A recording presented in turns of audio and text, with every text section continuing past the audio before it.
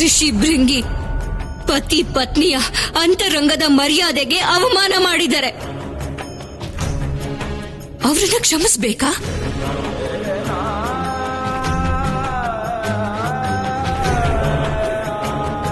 ಯಾಕೆ ಮೌನವಾಗಿದ್ದೀರಾ ಮಹಾದೇವ?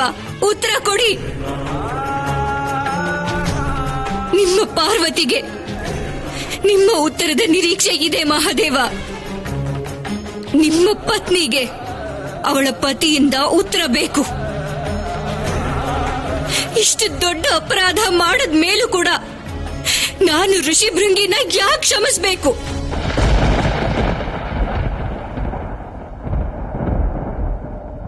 ಇವತ್ತಿನ ಘಟನೆಗೆ ಕಾರಣ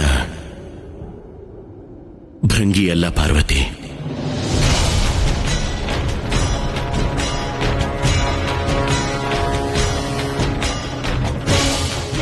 ಹಾಗಾದ್ರೆ ಕಾರಣ ಯಾರು?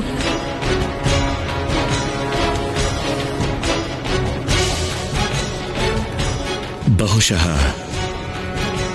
ಶಿವಶಕ್ತಿಯ ಸಂಪೂರ್ಣ ಮಿಲನಕ್ಕೆ ಇದು ಸರಿಯಾದ ಸಮಯ ಆಗಿರಲಿಲ್ಲ ಅನ್ಸುತ್ತೆ. ಪಂಚತತ್ವಗಳಿಂದ ಸೃಷ್ಟಿಯಾಗಿರೋ ಮನುಷ್ಯ ರೂಪದಲ್ಲಿರೋ ನನ್ನ ಪಾರ್ವತಿ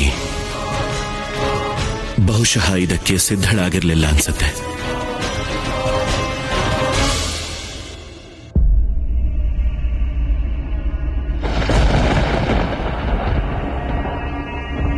ಹಾಗಾದ್ರೆ ನಿಮ್ಮ ಮಾತಿನ ಅರ್ಥ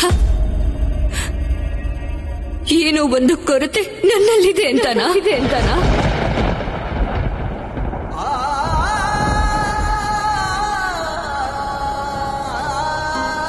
ಕೋಪ ವಿವೇಕವನ್ನ ಸೋಲಿಸತ್ತೆ ಪಾರ್ವತಿ. ನನ್ನನ್ನು ಕ್ಷಮಿಸಿ ಮಹಾದೇವ.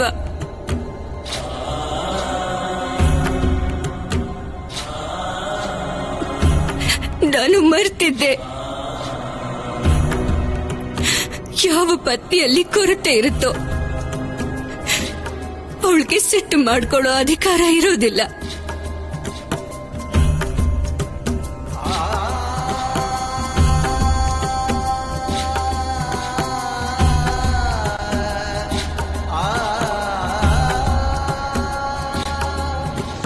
ನಾನು ಹೊರಡ್ತಾ ಇದ್ದೀನಿ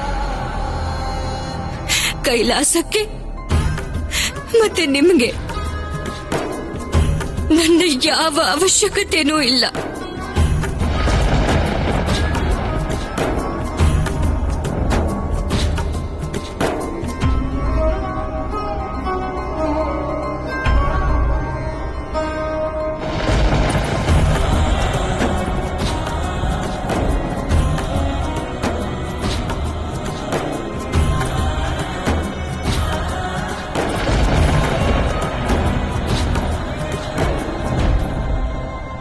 ಮಾತೆ, ನೀವು ಕೈಲಾಸನ ಬಿಟ್ಟು ಹೋಗ್ಬೇಡಿ ಮಾತೆ.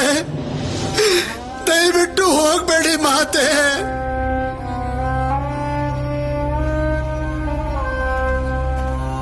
ನನ್ನ ಬುದ್ಧಿಗೆ ಮಂಕು ಕವಿದಿತ್ತು ಮಾತೆ. ಈಗ ಅದು ನನ್ನಿಂದ ದೂರ ಆಯಿತು.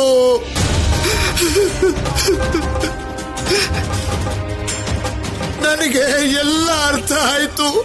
ಶಿವ ಮತ್ತು ಶಕ್ತಿ ಬೇರೆ ಅಲ್ಲ, ಎರಡು ಒಂದೇ.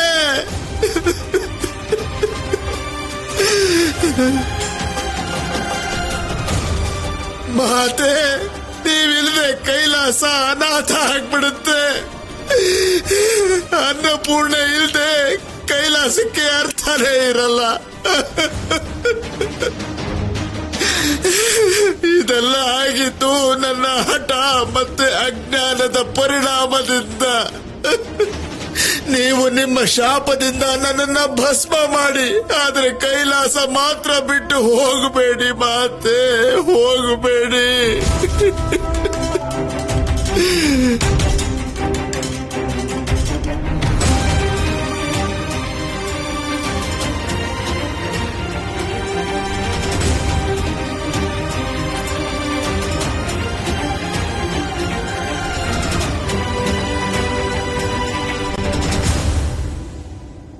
ಋಷಿ ಭೃಂಗಿ ಯಾರಿಗೆ ಅವರ ಅಜ್ಞಾನದ ಅರಿವಾಗುತ್ತೋ ಅವರು ಅಜ್ಞಾನಿ ಅನ್ನಿಸ್ಕೊಳ್ಳಲ್ಲ. ಇವತ್ತು ನನಗೆ ನನ್ನ ಅಜ್ಞಾನದ ಅರಿವಾಗಿದೆ.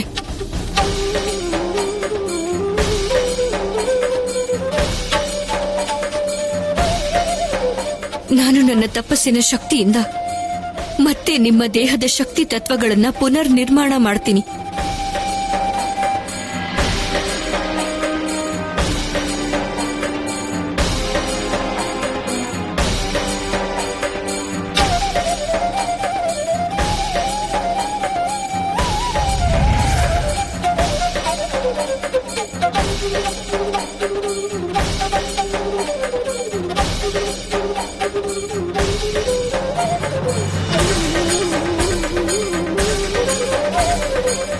ಕ್ಷಮಿಸ್ಬಿಡಿ ಮಾತೆ, ನನ್ನಿಂದ ದೊಡ್ಡ ತಪ್ಪಾಗೋಯ್ತು.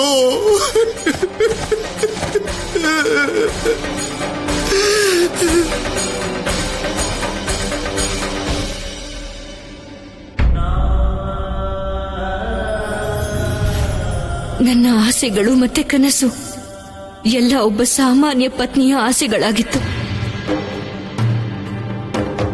ನೀವು ಕೈಲಾಸಕ್ಕೆ ಹಾಗೂ ಸನ್ಯಾಸಕ್ಕೆ ಪ್ರತಿಬದ್ಧರಾಗಿದ್ರೆ ನಾನು ಕೂಡ ಒಬ್ಬ ಪತ್ನಿಯಾಗಿ ದಾಂಪತ್ಯಕ್ಕೆ ಹಾಗೆ ಸಂಸಾರಕ್ಕೆ ಸಮರ್ಪಿತಳಾಗಿದ್ದೆ. ಆದ್ರೆ ಇವತ್ತು ನನಗೆ ಅರಿವಾಗೋಯ್ತು, ನಾನಿನ್ನು ನಿಮಗೆ ಯೋಗ್ಯಳಾಗಿಲ್ಲ. ಅಂದಮೇಲೆ ನನ್ನಂತವಳಿಗೆ ಈ ಕೈಲಾಸದಲ್ಲಿ ಇರೋ ಅರ್ಹತೆನೂ ಇಲ್ಲ. ಹೋಗ್ತಿದ್ದೀನಿ, ಕೈಲಾಸ ಬಿಟ್ಟು ಹೋಗ್ತಿದ್ದೀನಿ. ಮಹಾದೇವ, ನಿಮ್ಮ ಪತ್ನಿ, ನಿಮ್ಮ ಪಾರ್ವತಿ ನೀವಿಲ್ದೆ ಅಪೂರ್ಣವಾಗೇ ಇರ್ತಾಳೆ. ನಾನು ಅಪೂರ್ಣವಾಗಿ ಇರ್ತೀನಿ ಹೊರತು ನನ್ನಲ್ಲಿರೋ ಈ ಕೊರತೆನ ನಾನು ನೀಗಿಸಿಕೊಳ್ಳುವವರೆಗೂ ನಾನು ಕೈಲಾಸಕ್ಕೆ ಮತ್ತೆ ಬರೋದಿಲ್ಲ ಮಹಾದೇವ.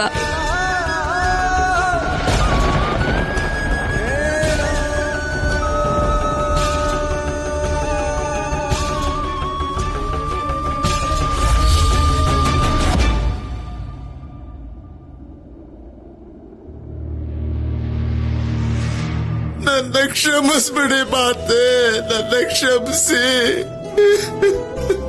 ಪ್ರಭು, ಇದೇನಾಯ್ತು ಪ್ರಭು?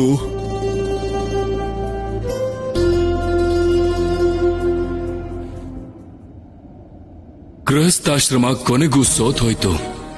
ನಾನು ಹೇಗಾದ್ರೂ ಮಾಡಿ ಪಾರ್ವತಿ ಮತ್ತೆ ಕೈಲಾಸಕ್ಕೆ ಬರದೇ ಇರೋ ಹಾಗೆ ತಡಿಲೇಬೇಕು.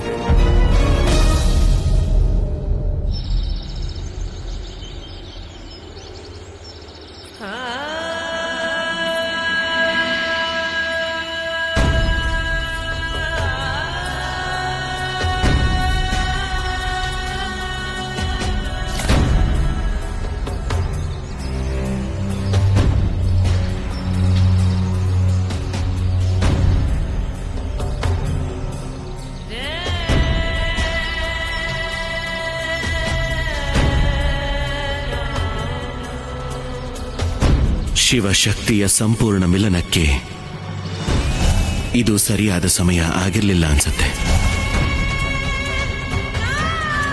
ಪಂಚತತ್ವಗಳಿಂದ ಸೃಷ್ಟಿಯಾಗಿರೋ ಮನುಷ್ಯ ರೂಪದಲ್ಲಿರೋ ನನ್ನ ಪಾರ್ವತಿ ಬಹುಶಃ ಇದಕ್ಕೆ ಸಿದ್ಧಳಾಗಿರಲಿಲ್ಲ ಅನ್ಸತ್ತೆ.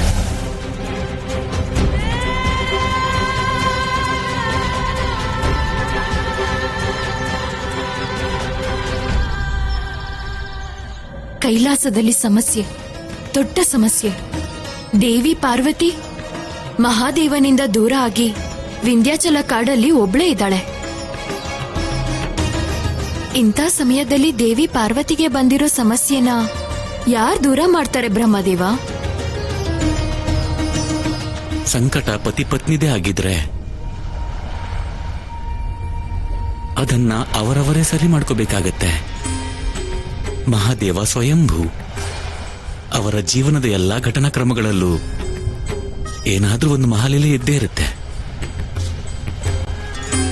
ಆದ್ರೆ ಸ್ವಾಮಿ, ಸೋದರಿ ಪಾರ್ವತಿ ವಿಂಧ್ಯಾಚಲ ಪರ್ವತದಲ್ಲಿ ಒಬ್ಳೇ ಇದ್ದಾಳೆ.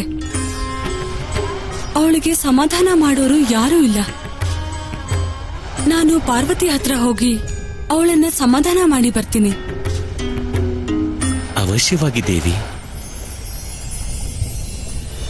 ತಂಗಿ ಪಾರ್ವತಿ ವಿಂಧ್ಯಾಚಲಕ್ಕೆ ಹೋಗಿದ್ದು, ದೇವಿ ಅನುಸೂಯ ಮಾಡ್ತಿರೋ ತಪಸ್ಸು, ಇವೆರಡು ಘಟನೆಗಳಿಂದ ಶಿವನ ಮಹಾಲೀಲೆಯ ಶುಭಾರಂಭ ಆಗ್ತಾ ಇದೆ. ಇಡೀ ವಿಶ್ವಕ್ಕೆ ಪರಮೇಶ್ವರನ ಹೊಸ ರೂಪದ ದರ್ಶನ ಆಗೋದ್ರಲ್ಲಿದೆ.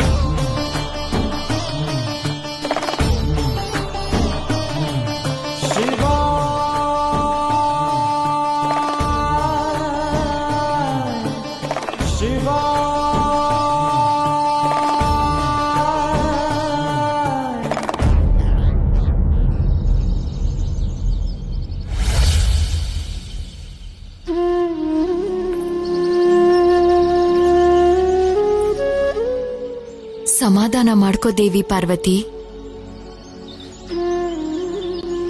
ಹೌದು ಪಾರ್ವತಿ, ದಯವಿಟ್ಟು ನಿನ್ ಕಣ್ಣೀರ್ ಹಾಕ್ಬೇಡ.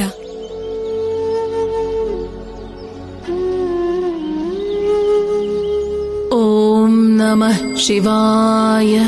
ಓಂ ನಮಃ ಶಿವಾಯ. ಓಂ ನಮಃ ಶಿವಾಯ. ಓಂ ನಮಃ ಶಿವಾಯ. ಓಂ ನಮಃ ಶಿವಾಯ. ಓಂ ನಮಃ ಶಿವಾಯ. ದೇವಿ ಅನಸೂಯ ಏನಾದ್ರೂ ತ್ರಿಮೂರ್ತಿಗಳಿಗೆ ತಾಯಿಯೇ ಆದ್ರೆ ಸ್ವರ್ಗದ ಮೇಲೆ ಅಸುರರ ಅಧಿಪತ್ಯ ಆರಂಭ ಆಗುತ್ತೆ. ನನ್ನ ದಿಕ್ಪಾಲಕರು ಈ ತಪಸ್ಸನ್ನ ತಡಿಲೇಬೇಕು. ಓಂ ನಮಃ ಶಿವಾಯ. ಓಂ ನಮಃ ಶಿವಾಯ. ತಡಿರಿ ಅವರನ್ನ ದೇವರಾಜ.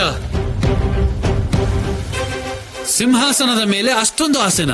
ನಿಮ್ಮ ಎಲ್ಲ ಶಕ್ತಿಗಳ ಜೊತೆ ಒಬ್ಬ ಮಹಾಸತಿ ತಪಸ್ನ ಭಂಗ ಮಾಡಕ್ ಬಂದಿದಿರಲ್ಲ. ಸೃಷ್ಟಿ ಸುರಕ್ಷತೆಗೆ, ಕಲ್ಯಾಣಕ್ಕೆ ಸತಿ ಅನಸೂಯ ತಪಸ್ಸು ಭಂಗ ಆಗೋದು ಅನಿವಾರ್ಯ ಕುಬೇರ ದೇವ. ಅವಳೇನಾದ್ರೂ ತ್ರಿಮೂರ್ತಿಗಳಿಗೆ ತಾಯಿಯಾದ್ರೆ ಅನರ್ಥ ಕಟ್ಟಿಟ್ಟ ಬುತ್ತಿ. ಅನರ್ಥಕ್ಕಿಂತ ಮೊದಲು ಈ ಅಧರ್ಮನ ನಿಲ್ಸಿ ದೇವರಾಜ. ಅಸ್ತಿತ್ವದ ಎದುರಿಗೆ ಯಾವುದು ಅಧರ್ಮ ಅಲ್ಲ ಕುಬೇರ ದೇವ. ಇದು ಬ್ರಹ್ಮಾಂಡದ ಅಸ್ತಿತ್ವದ ಪ್ರಶ್ನೆ. ನೀವು ಇದಕ್ಕೆ ಅಡ್ಡ ಬರಬೇಡಿ. ನಾನು ನಿಮಗೆ ಮಹಾಸತಿ ಅನಸೂಯ ತಪಸ್ಭಂಗ ಮಾಡಕ್ಕೆ ಬಿಡಲ್ಲ ದೇವರಾಜ. ನೀವು ಮಹಾದೇವನನ್ನು ಒಬ್ಬ ಬಾಲಕನಾಗಿ ಋಷಿಪತ್ನಿಯ ಮಡಿಲಲ್ಲಿ ಗೊಂಬೆ ತರ ಇರೋದ್ ನೋಡಿದ್ರೆ ಹೇಗನ್ಸುತ್ತೆ ಕುಬೇರ? ಅಲ್ಲ, ಆದಿ ಅನಾದಿ ಅನಂತ ಅನಶ್ವರ ಮಹಾದೇವನನ್ನ ಈ ರೂಪದಲ್ಲಿ ನೋಡಿ ಶಿವಭಕ್ತ ಕುಬೇರನಿಗೆ ನೋವಾಗೋದಿಲ್ವಾ? ನೀವೇನಾದ್ರೂ ನಿಜಕ್ಕೂ ನೋವಾಗಲ್ಲ ಅಂದ್ರೆ ನಾನೇ ನಿಮ್ಗೆ ಮಾತು ಕೊಡ್ತೀನಿ. ನಾನು ತಪಭಂಗ ಮಾಡೋ ವಿಷಯ ಬಿಟ್ಬಿಡ್ತೀನಿ. ಹೇಳಿ ಕುಬೇರ ದೇವ. ಓಂ ನಮಃ ಶಿವಾಯ. ಹೇಳಿ. ನಿಮ್ಮ ಮೌನವೇ ಉತ್ತರ ಕೊಡ್ತಾ ಇದೆ. ಖಂಡಿತ ನೋವು ಆಗೇ ಆಗುತ್ತೆ. ಅದಕ್ಕೆ ಹೇಳ್ತಿದ್ದೀನಿ, ಏನಾಗುತ್ತೋ ಅದನ್ನು ಆಗೋದಿಕ್ ಬಿಡಿ. ನಮ್ಮ ಮಾರ್ಗದಿಂದ ದೂರ ಇರಿ. ಓಂ ನಮಃ ಶಿವಾಯ. ಓಂ ನಮಃ ಶಿವಾಯ. ಹೇ ಮಹಾದೇವ, ಈಗ ದೇವಿ ಅನಸೂಯನ ನೀವೇ ಕಾಪಾಡಬೇಕು.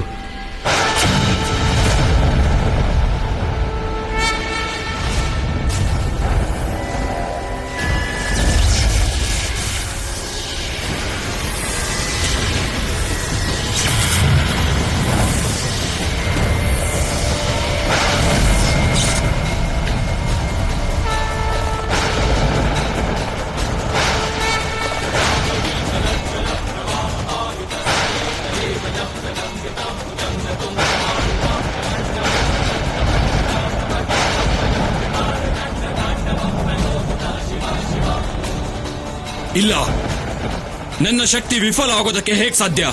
ಅಸಂಭವ.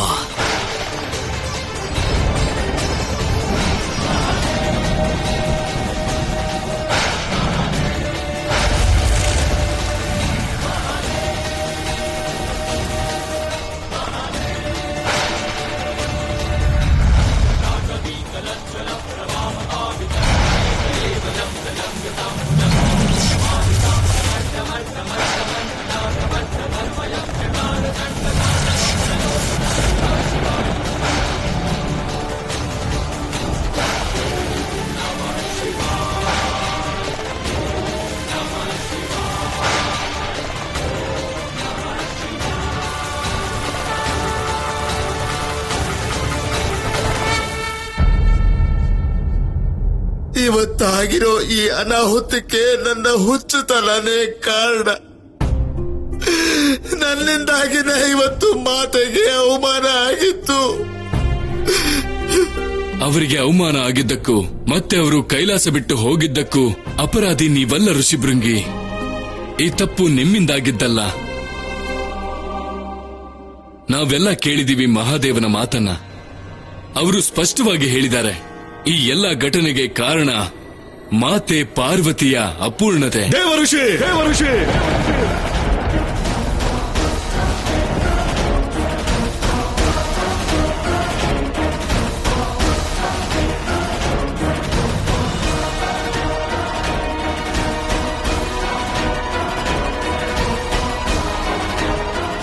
ಏನ್ ಮಾತಾಡ್ತಾ ಇದ್ದೀರಾ?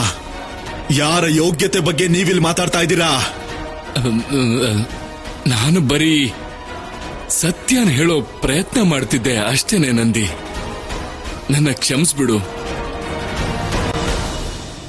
ನೀವು ಇಡೀ ಜಗತ್ತಿಗೆ ಹುಳಿ ಹಿಂಡೋ ಮನ್ಸಿರೋರು. ನೀವು ಮಾತೆನ ಹುಡುಕೊಂಡ್ ಬನ್ನಿ. ನಾವೆಲ್ಲರೂ ಅವ್ರ ಮನಸ್ಸನ್ನ ಗೆಲ್ತೀವಿ. ಒಳ್ಳೆ ವಿಷಯನ ಹೇಳ್ತಿದ್ದೀರಾ ಋಷಿಭೃಂಗಿ. ನಾನು ಈಗ್ಲೇ ಹೋಗ್ತೀನಿ. ಗೃಹಸ್ಥಾಶ್ರಮ ಎಂದಿಗೂ ಸರ್ವಶ್ರೇಷ್ಠ ಆಗೋದಕ್ಕೆ ಸಾಧ್ಯ ಇಲ್ಲ. ನಾರಾಯಣನಿಗೂ ಮಾತೆ ಪಾರ್ವತಿ ಎಲ್ಲರಿಗೂ ಕುಟುಂಬ ಇರೋದೇ ಶ್ರೇಷ್ಠ ಅನ್ನೋ ಭಾವನೆ ಇದೆ. ಈ ನಾರದ ಆ ವಾದನ ಸುಳ್ಳು ಅಂತ ಸಿದ್ಧ ಮಾಡಿ ತೋರಿಸ್ತಾನೆ. ನನಗೂ ಇದೇ ರೀತಿ ಎಷ್ಟೋ ಸಲ ನಾರಾಯಣನಿಂದ ತುಂಬಾ ದುಃಖ ಆಗಿತ್ತು. ಇದೇ ಕಾಡಲ್ಲಿ ಅವ್ರ ಆಜ್ಞೆನ ಮೀರಿದಕ್ಕೆ ಶಾಪ ಕೊಟ್ರು. ಶಾಪನ? ಹೌದು ಪಾರ್ವತಿ.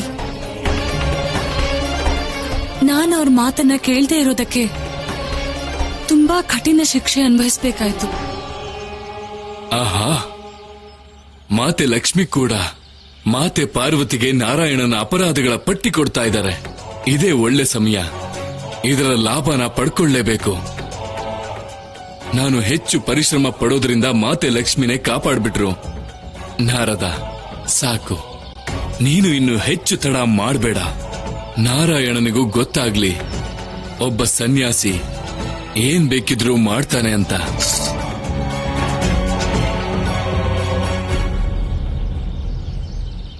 ಪ್ರಣಾಮಗಳು ಮಾತೆಯರೇ. ಏನ್ ನಾರದ ಮುನಿಗಳೇ, ಮಹಾದೇವ ನಿಮ್ಮ ಹತ್ರ ನಾವು ಖುಷಿ ಪಡೋ ಸಂದೇಶ ಏನಾದ್ರೂ ಕಳ್ಸಿದಾರಾ?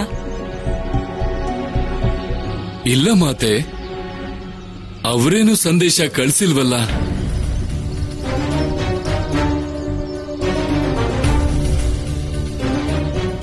ನಾನೇ ಸ್ವತಃ ಮಾತೆಯ ಹುಡುಕಾಟವನ್ನು ಪ್ರಾರಂಭ ಮಾಡಿದೆ. ಅಲಿತಾ ಅಲಿತಾ ಇಲ್ಲಿವರೆಗೂ ಬಂದೆ. ನನಗೆ ತುಂಬಾ ಹಸುವಾಗ್ತಿದೆ ಮಾತೆ. ಅಕ್ಕಪಕ್ಕ ಏನೂ ಇಲ್ಲ. ಹಸುವು ತಡೆಯೋಕಾಗ್ತಿಲ್ಲ. ಅದಕ್ಕೆ ಭೋಜನ ಸಾಮಗ್ರಿಗಳನ್ನ ಜೊತೆಗೆ ತಗೊಂಡ್ ಬಂದಿದ್ದೀನಿ. ದಯವಿಟ್ಟು ಇದನ್ನ ಬೇಯಿಸ್ಕೊಡಿ. ಅದನ್ನ ತಿಂದು ಹಸುವನ್ನು ನೀಗಿಸ್ಕೋತೀನಿ.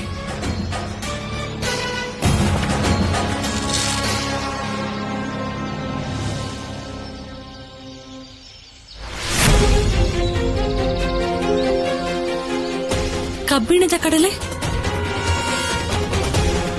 ನಾರದ ಮುನಿಗಳೇ, ಇದನ್ನ ಯಾರಾದ್ರೂ ಬೇಯಿಸಕ್ಕಾಗತ್ತಾ?